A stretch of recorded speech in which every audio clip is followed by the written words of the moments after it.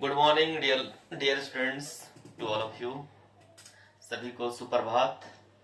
चलिए, इससे पहले मैंने 2023 का वीडियो बना के आपको दे दिया था जो ऑब्जेक्टिव आया था। 2024 का 20 क्वेश्चन ऑलरेडी हम लोग कर चुके हैं और 20 क्वेश्चन है हम लोगों के पास में, उसको आज करने का जरूरत हम लोगों का है। तो एक बार हल्का से रिवाइज कर लेते हैं 1 से 20। The percentage composition of methane कितना था? 75%, 25%। 75% carbon, 25% hydrogen. Empirical formula of compound CH3COOH क्या था? CH2O था। क्वेश्चन नंबर 3 था which of the following contain the same number of atom as 12 gram of magnesium? कौन था? 20 gram calcium. What will be the molality of the solution containing 18.25 gram of HCl gas in 500 gram of water? 1m निकाले थे हम लोग। The series of lines in the hydrogen spectrum which appear in the visible region? Balmer series। 2p orbital have the value, 2p के लिए n का value 2 होता है, l का वैल्यू 1 होता है, निकाल के बताए थे हम। Which of the following principal rules state that the electron enter the subshell that has the least energy? अब प्रिंसिपल के द्वारा ये बोला जाता है। The number of d electrons retained in Fe2+ में कितना d इलेक्ट्रॉन होता है? 6 इलेक्ट्रॉन होता है। What will be the wavelength of a ball of mass 0.1 kilogram moving with a velocity of 10 metre पर सेकेंड? फॉर्मूला यूज करना है आप लोगों को लैम्डा इक्वल टू h/mv, जहां h हो जाएगा प्लैंक्स कांस्टेंट, m हो जाएगा mass of the ball, v हो जाएगा velocity of the ball. Wavelength निकाल लेंगे आप लोग, ठीक है। The general outer electronic configuration of D block element, तीनों ब्लॉक का कंफिगरेशन दिया हुआ है। डी ब्लॉक का ये है, एस ब्लॉक है, एफ ब्लॉक है एंड पी ब्लॉक। याद करने की जरूरत है। Out of fluorine, oxygen, nitrogen and chlorine, which element has the highest negative electron gain enthalpy? कौन ज्यादा एनर्जी देगा? फ्लोरीन देता है। For a given principal level n is equal to 4, the energy level of its subshell in the order क्या होता है? S का सबसे कम एनर्जी, P का उससे ज्यादा, D का उससे ज्यादा, F का उससे ज्यादा। Which of one of the following sets of ions represent a collection of isoelectronic species? Isoelectronic species का मतलब होता है species containing same number of electrons। इसमें हम लोग काउंट करके देख लेंगे, सेम नंबर ऑफ इलेक्ट्रॉन्स होगा।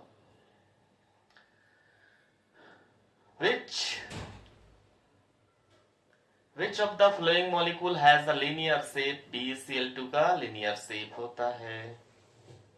The unit of dipole moment dB होता है, D होता है। The number of sigma bond and pi bond in a molecule of benzene 12 sigma and 6 pi bond, नहीं 12 sigma and 3 pi bond होगा।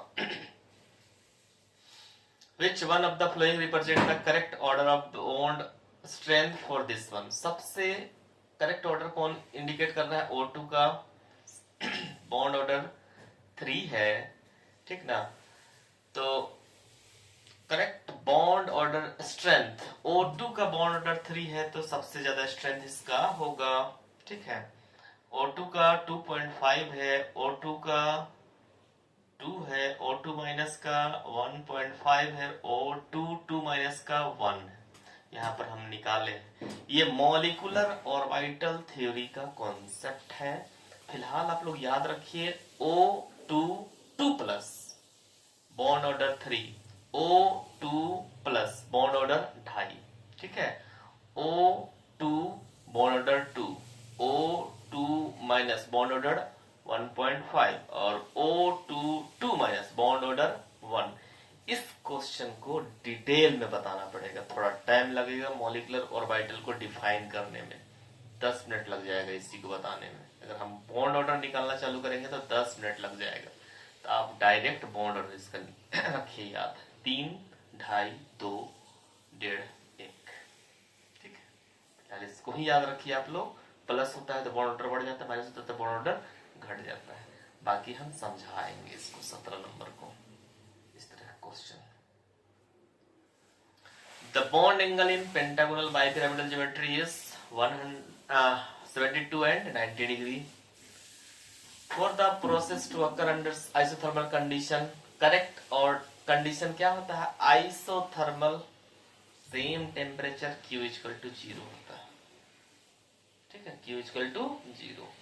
Question number 20, for the reaction 2Cl equal to Cl2 the sign delta H and delta S क्या होगा, delta H change in enthalpy negative होगा तो भी अच्छा होगा, और डेल्टा S, S का मतलब होता है एंट्रोपी, चेंज इन एंट्रोपी भी नेगेटिव होना चाहिए क्योंकि ये डिसऑर्डर्ड है, ये वाला ऑर्डर्ड है, ऑर्डर में ऐड हो जाएगा तो नेगेटिव हो जाएगा डेल्टा एस, तो दोनों नेगेटिव है। अब आते हैं आज का क्वेश्चन के लिए। आज का क्वेश्चन है if delta G is less then 0 then the process is क्या होगा, स्पॉन्टेनस होगा।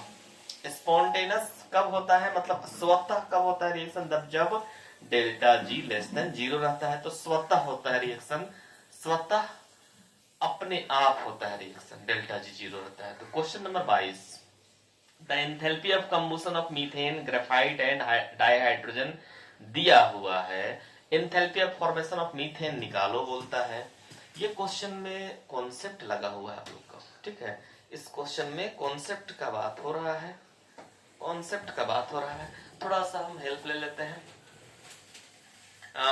मीथेन CH4 ऑक्सीजन का प्रेजेंस में जलता है तो CO2 बनाता है और H2O बनाता है। इसका डेल्टा H 1 हो जाएगा -890.34 किलो जूल पर मोल। पहला नंबर हो गया ये कंबूसन। फिर हम लोग कंबूसन कार्बन का करते हैं तो इसका हो जाता है CO2, इसका दिया हुआ है डेल्टा H2 इक्वल टू -3.935। फिर हम लोग देखते क्या है H2 और हाफ O2, ये बनाता है H2O, इसका दिया हुआ है डेल्टा H3 इक्वल टू -285 नहीं है पॉइंट ना, 285.8 जूल पर मोल, केल्विन जूल पर मोल। ये तीन चीज मेरे पास में दिया हुआ है। तो ये क्या है, क्वेश्चन एक बार हम लोग देखेंगे क्या था। तीन चीज दिया हुआ था। पहला नंबर था the enthalpy of combustion of methane methane, graphite and hydrogen. जब जलाते हैं मीथेन को, ग्रेफाइट को और हाइड्रोजन को तो उसका कंबूशन दिया हुआ है, यहाँ पर उसका कंबूशन तीनों दिया हुआ है, ठीक है। तीनों को जलाए हम लोग और तीनों को देख लिए कि भाई क्या है उसका कंबूशन, ठीक है। तीनों हम लोग देख लिए, 1 2 3। अब क्वेश्चन मेरे पास में क्या है उसको देखने का जरूरत हम लोगों को है कि क्या क्वेश्चन पूछा जा रहा है। हम लोगों को पूछता है question enthalpy of formation of methane will be, methane का फॉर्मेशन का एंथैल्पी क्या होगा ये निकालना है हम लोगों को। मीथेन का फॉर्मेशन का एंथैल्पी निकालना है। तो मीथेन का फॉर्मेशन का एंथैल्पी निकालना है तो मीथेन का फॉर्मेशन की एंथैल्पी क्या होगा, देखिए carbon plus hydrogen is equal to CH4, तो इसका फॉर्मेशन निकालना है, डेल्टा HF इक्वल टू कितना होगा ये निकालना है। यही मेन क्वेश्चन हम लोगों का है। सबसे पहला चीज हम क्या करेंगे, यहां पर ये 1/2 है, 1/2 है, तो इसको हटाने के लिए हम 2 से मल्टीप्लाई करेंगे तो ये हो जाएगा O2 और ये हो जाएगा 2H2O। जब 2 से मल्टीप्लाई किए तो इसका वैल्यू को भी 2 से मल्टीप्लाई करेंगे, ठीक है, 2 से इसको भी मल्टीप्लाई करेंगे, इतना कर लेंगे हम लोग। और अब रीअरेंज कर लेंगे इक्वेशन नंबर 1, इक्वेशन नंबर 2 और इक्वेशन नंबर 3 को रीअरेंज करना है और जोड़ देना है हम लोगों को, ठीक है। इन तीनों को रीअरेंज करेंगे। कैसे रीअरेंज करेंगे, कुछ नहीं करना है, इन दोनों टर्म को इधर ले लाना है, CO2 कर देना है, H2O कर देना है, और ये वाला टर्म को उधर ले जाना है, CH4 कर देना है और 2O2 कर देना है। ऐसा कर देंगे तो ये वाला टर्म नेगेटिव की जगह में पॉजिटिव हो जाएगा, तो डेल्टा H1 हो जाएगा पॉजिटिव 890.34। अब ये इक्वेशन खत्म हो गया। अब इक्वेशन नंबर 1 ये बन गया। तो 1 2 3 को जोड़ेंगे हम लोग, ठीक है। तो 1 2 3 को जोड़ेंगे तो CO2 दिखाई दे रहा है मेरे पास में। दाहिने साइड में CO2 दिखाई दे रहा है कहीं पर? यस दिखाई दे रहा है। ये और ये कट गया, पहला पॉइंट, ठीक है। पहला पॉइंट मेरा ये कट गया CO2। फिर देखते हम लोग लाना क्या है, H2 लाना है। ये H2 नहीं कटेगा, ये मेरा रह जाएगा, ठीक है। फिर O2 है, 2 O2 दिखाई दे रहा है, कहीं पर O2 होगा दाहिने साइड में, वो कटेगा उससे। इसका तो बात नहीं करना है, इसका तो बात नहीं करना है, इसको उधर ले गए हैं, ठीक है।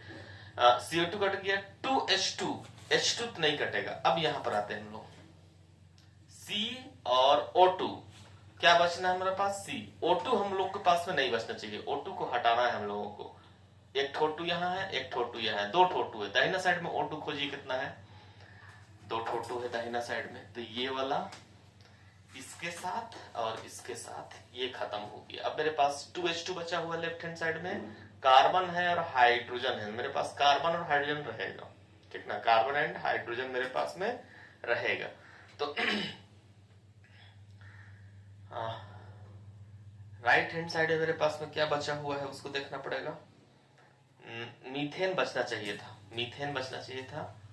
मीथेन बचा हुआ है CH4 और वाटर H2O CO2, ठीक है। C+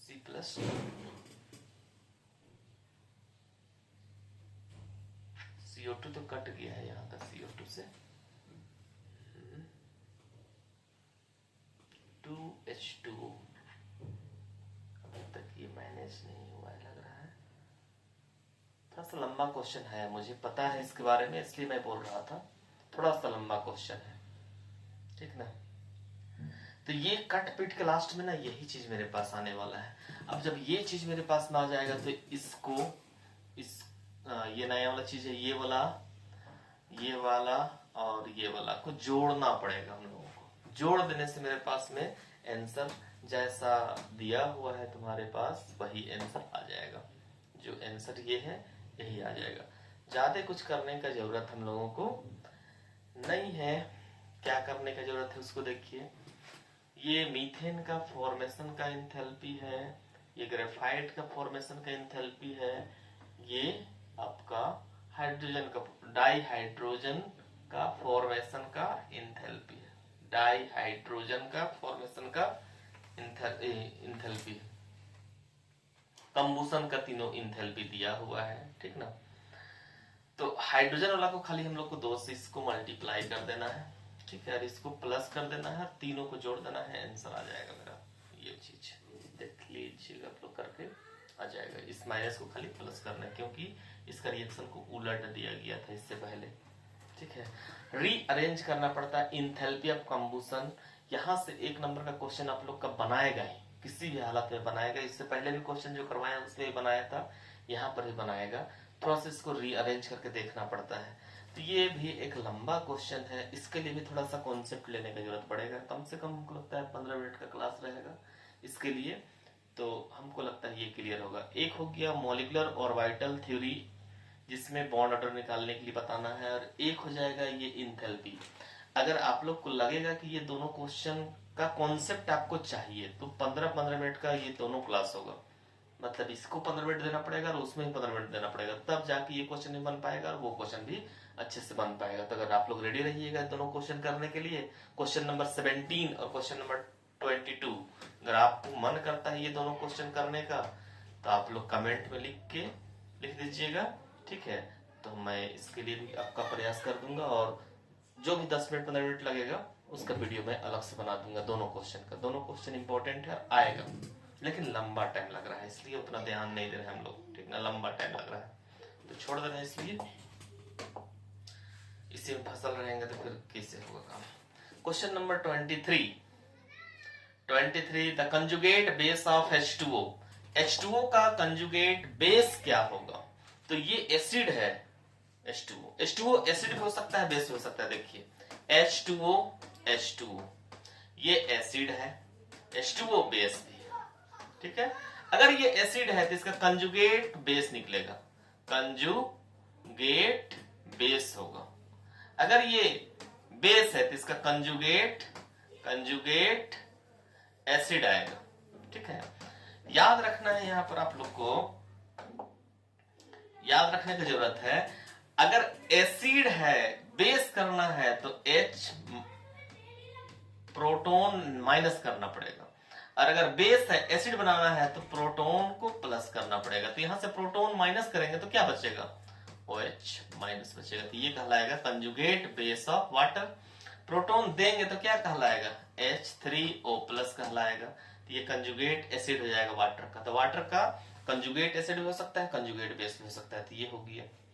यहां से एक क्वेश्चन फिक्स है कंजुगेट एसिड बेस पेयर निकालने के लिए। अमोनिया का आपको हम बताए थे। ठीक है, एक H निकालेंगे तो NH2 होगा, और एक H डालेंगे तो क्या होगा, NH4 प्लस होगा। तो यहां से यहां आएंगे तो क्या निकलेगा, ये कहलाएगा, ये निकलेगा कंजुगेट बेस, और ये एसिड है।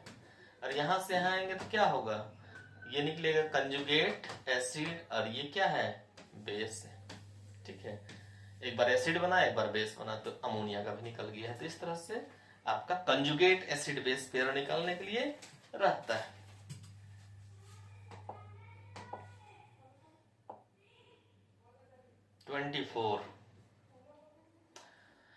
स्पेसिस अमोनिया इज, क्या है अमोनिया। ठीक है, अमोनिया आपका है क्या, ये क्वेश्चन है।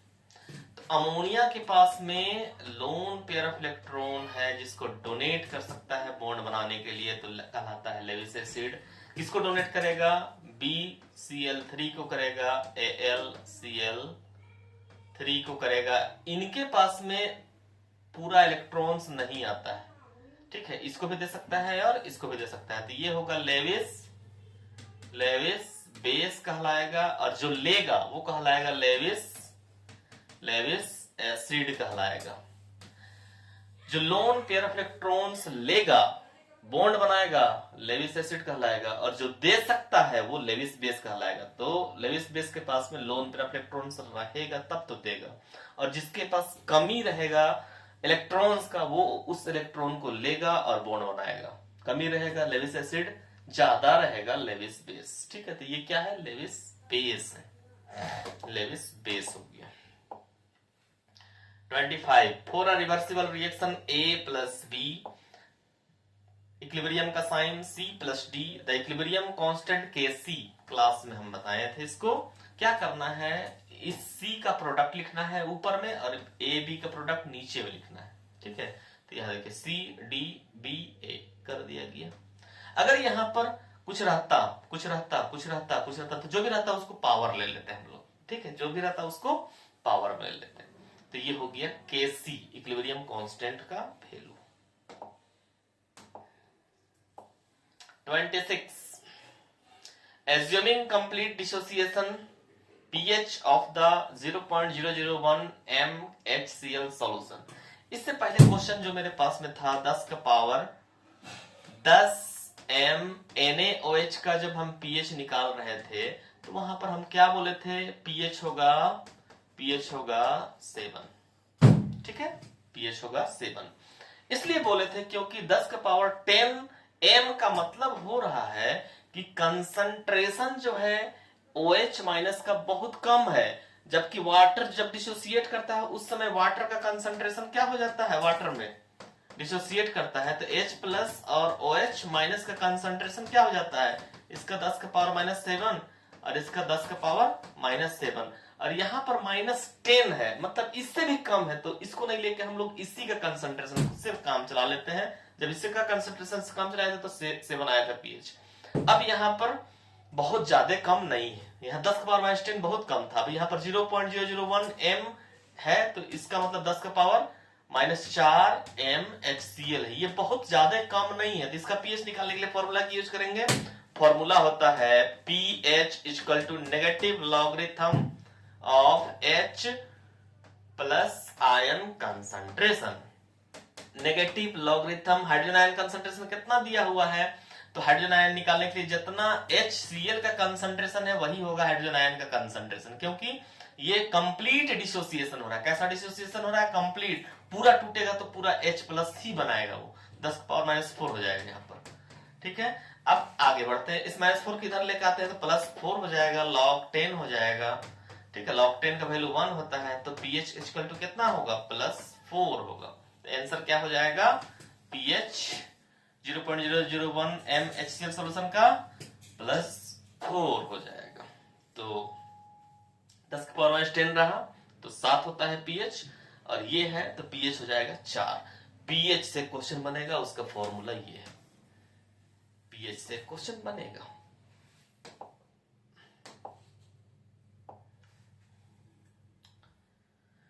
What will be the effect of addition of H2 on the equilibrium of the reaction?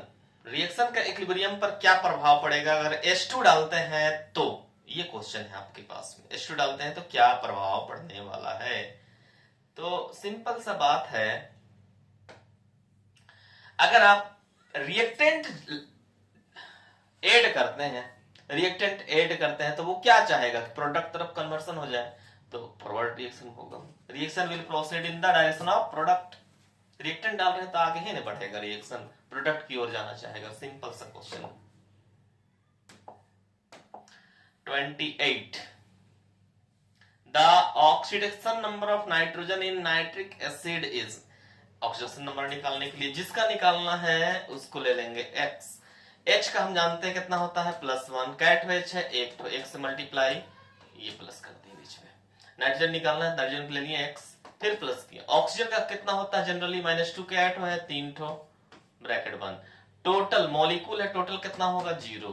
तो +1 + x -6 = 0, x -5 = 0, तो x = +5 जो कि दिया हुआ है +5।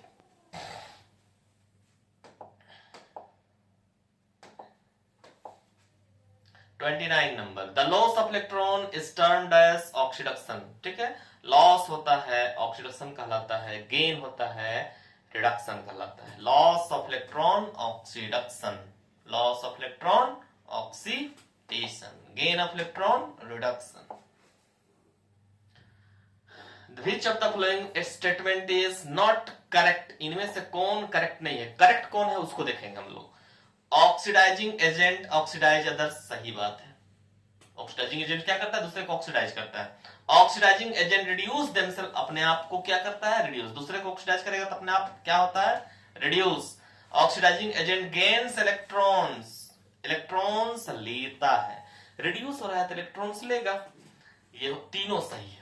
ठीक है, अब चौथा नंबर हम लोग देखते हैं, ये वाला ऑक्सीडाइजिंग एजेंट लॉस इलेक्ट्रॉन, यही गलत हो रहा है। जब ये गेन करता है तो लॉस तो नहीं करेगा, यही वाला आपका आंसर हो जाएगा सी नंबर। तो जो हो रहा है उसको पहले मान लीजिए, जो नहीं हो रहा है उसको कर दीजिए काम, तो हो जाएगा ये। 31 the UPSC name of the flowing compound, क्या होगा इसका यूपीएससी नेम? सबसे लंबा चेन खोजना है। 1 2 3 4 5, 1 2 3 4 5 6, जो 6 है उसको ना लेंगे तो 6 ले लिए। ये हो गया सबसे लंबा चेन, ये हो गया सबसे लंबा चेन। सबसे लंबा चेन के बाद में हम लोग खोजेंगे डबल बॉन्ड है, हाँ है। उधर से काउंटिंग करेंगे जिधर से डबल बॉन्ड नजदीक होगा, तो 1 2 3 4 में डबल बॉन्ड, इधर से 1 2 2 ही डबल बॉन्ड। काउंटिंग यहां से करेंगे 1 2 3 4 5 6 कर देंगे। काउंटिंग कर लिए। सब्स्टिट्यूएंट कितना नंबर में है? 3 नंबर में। कौन सी चीज है? इथाइल है। 3 में क्या है? 3 में इथाइल है। इथाइल कर लिए। अब कितना कार्बन है? 6 कार्बन है। 6 कार्बन क्या बोलते हैं? हेक्स बोलते हैं। हेक्स। डबल बॉन्ड कितना नंबर में? 2 में है, तो 2 इन कर देंगे। हेक्स 2 ENE, बस नाम लिखा गया। 3 इथाइल हेक्स 2ENE कर दिए। EN क्यों किए? डबल बॉन्ड है। ट्रिपल बॉन्ड रहता क्या करते हैं? YN करते हैं। और ट्रिपल बॉन्ड नहीं रहता, सिंगल बॉन्ड रहता क्या करते हैं? हेक्सेन करते हैं, ANE करते हैं। ठीक है, तो अगर सिंगल बॉन्ड रहेगा तो ANE यूज करते हैं, डबल बॉन्ड रहेगा तो ENE यूज करते हैं, ट्रिपल बॉन्ड रहेगा तो YNE यूज करते हैं। क्लियर है? 32 CH3O CH3 CH3 CH2OH क्या है? आइसोमर्स है। क्या है ये लोग? आइसोमर्स है। CH3 CH2OH दोनों में 2 कार्बन है, दोनों में 1 ऑक्सीजन है, दोनों में 6 हाइड्रोजन है। दोनों क्या है? आइसोमर्स। ये दोनों क्या है? आइसोमर्स है। आइसोमर्स है। अब पूछता है कैसा आइसोमर्स है। अब पूछता है कैसा आइसोमर्स है। तो आपका यहाँ पर देख रहे हैं फंक्शनल ग्रुप दूसरा है, यहाँ पर दूसरा है, यहाँ पर अल्कोहल है, यहाँ पर ईथर है। तो फंक्शनल ग्रुप आइसोमर्स हो जाएगा। ठीक है, फंक्शनल ग्रुप आइसोमर्स हो जाएगा। पापा मैं अभी एक बार पहनूंगा। अच्छा देंगे, तुम अभी थोड़ा सा साइड हो जाओ ना। ठीक है। ठीक। Which of the following will not act as nucleophile? Nucleophile का मतलब उसको बोलते हैं जिसके पास लोन पेयर ऑफ इलेक्ट्रॉन्स रहेगा और नेगेटिव चार्ज रहेगा, वो कहलाता है न्यूक्लियोफाइल्स। तो यहाँ पर देखते हैं पॉजिटिव चार्ज। तो पॉजिटिव चार्ज न्यूक्लियोफाइल नहीं है, ये क्या है? इलेक्ट्रोफाइल्स है। तो क्या बोलता है? Which of the following not act as nucleophiles? तो ये वाला नहीं करेगा इलेक्ट्रोफाइल्स न्यूक्लियोफाइल्स के रूप में, क्योंकि ये इलेक्ट्रोफाइल्स है। न्यूक्लियोफाइल्स कौन है यहाँ पर? अमोनिया है, लोन पेयर है। क्लोरीन है, इसमें भी इलेक्ट्रॉन्स है, न्यूक्लियोफाइल्स। ऑक्सीजन, वाटर में ऑक्सीजन, इसमें भी इलेक्ट्रॉन्स है, ये भी न्यूक्लियोफाइल। तीनों न्यूक्लियोफाइल्स है, ये इलेक्ट्रोफाइल्स। बस 34 number 34। Which of the following is not an example of electron displacement effect? Electron displacement effect आप लोग ऑलरेडी कर चुके हैं। Inductive effect, resonance effect, hyper conjugation. ये इफेक्ट है। कैसा इफेक्ट? इलेक्ट्रॉन का आगे बढ़ने का, डिस्प्लेसमेंट का इफेक्ट को बताता है। डिस्टिलेशन तो आपका बॉयल करके किसी चीज को अलग करने का मेथड है। ठीक है, तो ये इलेक्ट्रॉन्स डिस्प्लेसमेंट इफेक्ट नहीं है। 35 में इसका क्या नाम है पूछता है। आईयूपीएससी नेम नहीं दिया हुआ, यहाँ पर कॉमन नेम दिया हुआ है। तो काउंटिंग करते हैं, जिसे आइसोपेंटेन। आइसोपेंटेन क्या हो सकता है, ये इसको देखना पड़ेगा। हम काउंट करते हैं। नॉर्मल आइसोनियो मतलब ये मिथाइल ग्रुप हम लोग को लास्ट कार्बन मारा है। 1 2 3 4 5 कार्बन है। तो सेकेंड लास्ट कार्बन 4 नंबर में एक तो मिथाइल ग्रुप है। इस तरह का चीज को बोलते हैं आइसो ग्रुप। आइसो ग्रुप बोलते हैं। और आइसो बोलने के बाद में ये 5 के बाद इस छठा को भी ले लेते हैं, 6 कार्बन मान के चलते हैं। तो ये हो जाएगा आइसोहेक्सेन। ये नहीं होगा, ये वाला होगा। ठीक है, आइसोहेक्सेन। इस तरह का चीज रहे तो क्या बोलते हैं? आइसोहेक्सेन। नॉर्मल मतलब सीधा चेन। आइसो मतलब सेकेंड लास्ट में 1 मिथाइल ग्रुप, और नियो का मतलब सेकेंड लास्ट में 2 मिथाइल ग्रुप। ठीक है, नियो का मतलब सेकेंड लास्ट में 2 मिथाइल ग्रुप। ये नियो पेंटेन हो जाएगा। 1 2 3 है, सेकेंड लास्ट 2 नंबर है, तो इसमें 2 मिथाइल ग्रुप है, तो क्या कहलाएगा? नियो पेंटेन कहलाएगा। यहाँ पर एक और कार्बन बढ़ा देंगे तो नियो हेक्सेन कहलाएगा ये। ठीक है, हम उधर से काउंट करेंगे। चलिए नेक्स्ट हो जाएगा आपका 36 नंबर। ओजोनोलाइसिस ऑफ इथीन क्या देगा? इथीन का मतलब कार्बन कार्बन डबल बॉन्ड का ओजोनोलाइसिस करेंगे तो ये ऑक्सीजन ये आपका टूटता है। ठीक है, ये क्या करता है? ये ऑक्सीजन को लेकर टूट जाएगा, ये ऑक्सीजन को लेकर टूट जाएगा। तो इसके पास में 2 ठो H है ऑलरेडी, इसके पास में 2 ठो H है ऑलरेडी। ठीक है, तो ये हो जाता है आपका C double bond OH H। ये क्या है? फॉर्मल्डिहाइड। ये वाला भी हो जाता है वैसे ही, C double bond OH H। ये भी फॉर्मल्डिहाइड। फॉर्मल्डिहाइड का मतलब मिथेनॉल्डिहाइड। तो 2 मॉलिक्यूल ऑफ मिथेनॉल, इसी बोलते हैं फॉर्मल्डिहाइड भी बोलते हैं। 2 मॉलिक्यूल ऑफ फॉर्मल्डिहाइड, 2 मॉलिक्यूल और मिथेनॉल्डिहाइड। ये क्वेश्चन सेम क्वेश्चन 2023 में भी आया था। उसमें पेंट 2 इन को तोड़ा गया था, इसमें इथीन को ही तोड़ दिया गया।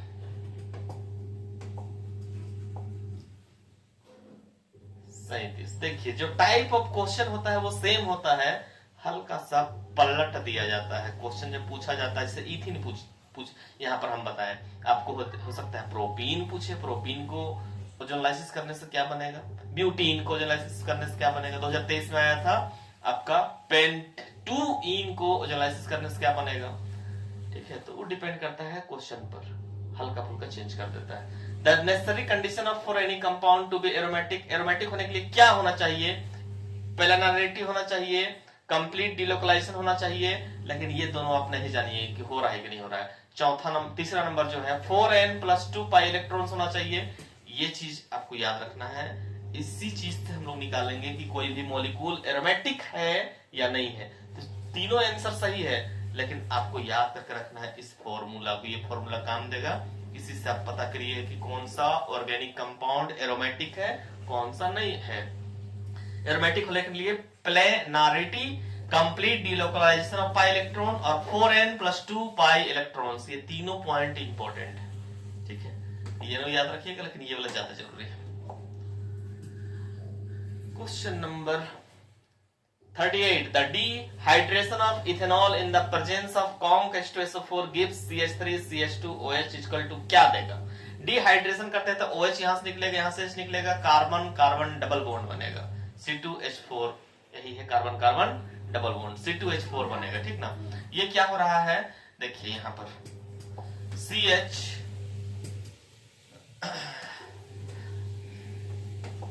रुक जाओ, C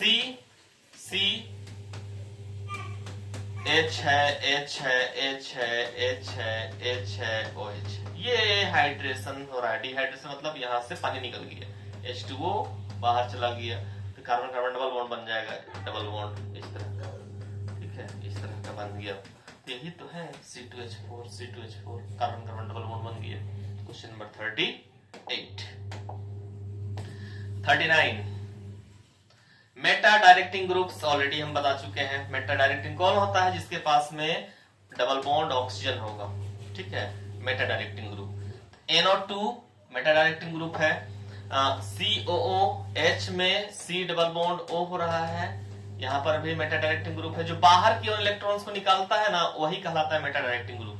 NO2 हो जाएगा, COOH हो जाएगा, मेटा डायरेक्टिंग ग्रुप्स। तो ऑर्था एंड पारा डायरेक्टिंग कौन होता है? ऑर्था एंड पारा। अगर OH रहे, अगर अमोनिया रहे और CH3 रहे, तो ये लोग अपना इलेक्ट्रॉन्स को बेंजीन का रिंग के अंदर में देता है। ये अपना इलेक्ट्रॉन्स को बेंजीन के रिंग के अंदर में देता है। ये इलेक्ट्रॉन्स को बेंजीन के रिंग के अंदर में देता है। देने के चलते इलेक्ट्रोफाइल्स का अटैक ऑर्था एंड पारा में होता है। लेकिन ये वाला रहेगा तो ऑर्था एंड पारा में नहीं होके कहां पर होगा अटैक? मेटा में। तो मेटा डायरेक्टिंग ग्रुप कौन है? NO2। मेटा डायरेक्टिंग ग्रुप कौन है? COH। इनके प्रेजेंस में मेटा पोजीशन में होता है। ऑर्था मेटा किस पोजीशन को बोलते हैं? जैसे ये वाला है OH, तो ये हो गया ऑर्था मेटा पारा। ठीक है, ऑर्था मेटा पारा। तो अगर ये है तो यहां और यहां अटैक होगा। अगर ये वाला है तो मेटा में अटैक होगा। किसका? इलेक्ट्रोफाइल्स का।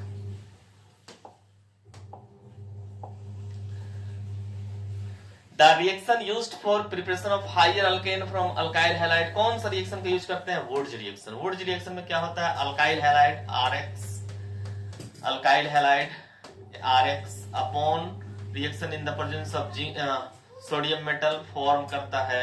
ये वाला अलग हो गया, R' और Cl2 बना देगा। ठीक है, तो ये आपका डबल R बना दे रहा है। मतलब यहाँ पर मिथाइल मिथाइल रहेगा तो जिंक रहेगा यहाँ पर। ठीक है, in the presence of zinc, तो ZnCl2 बना देगा, ZnCl2 बना देगा। ठीक है, सोडियम को छोड़ना है, जिंक रहेगा। ठीक है, तो R अगर R की जगह CH3 है तो यहाँ पर हो जाएगा CH3। यहाँ पर अगर मिथाइल क्लोराइड रहेगा तो बन जाएगा इथाइल। ठीक है, इथेन बन जाएगा। तो इस तरह से ये प्रिपरेशन ऑफ हायर अल्केन, छोटा वाला अल्केन बड़ा वाला अल्केन में कन्वर्ट होता है, तो वुड्स रिएक्शन कहलाता है। ठीक है, तो आने वाला क्लास में रिएक्शन ही बताएंगे कुछ बहुत। तो 40 क्वेश्चन आप लोग का कंप्लीट हो गया। इससे पहले 20 क्वेश्चन, आज 20 क्वेश्चन। हम इसको कर लीजिए। आप लोग 2025 में जो क्वेश्चन आया है उसको भी मैं करवा दूंगा। आप लोग अगर अच्छा लग रहा होगा तो रिस्पॉन्स कीजिएगा, तो मैं और वीडियो बना के आप लोग को दूंगा। और जब ये कंप्लीट हो जाएगा तो एक्स्ट्रा अपने तरफ से भी कुछ ऑब्जेक्टिव क्वेश्चन का वीडियो बनाऊंगा। ठीक है, आज के लिए थैंक यू।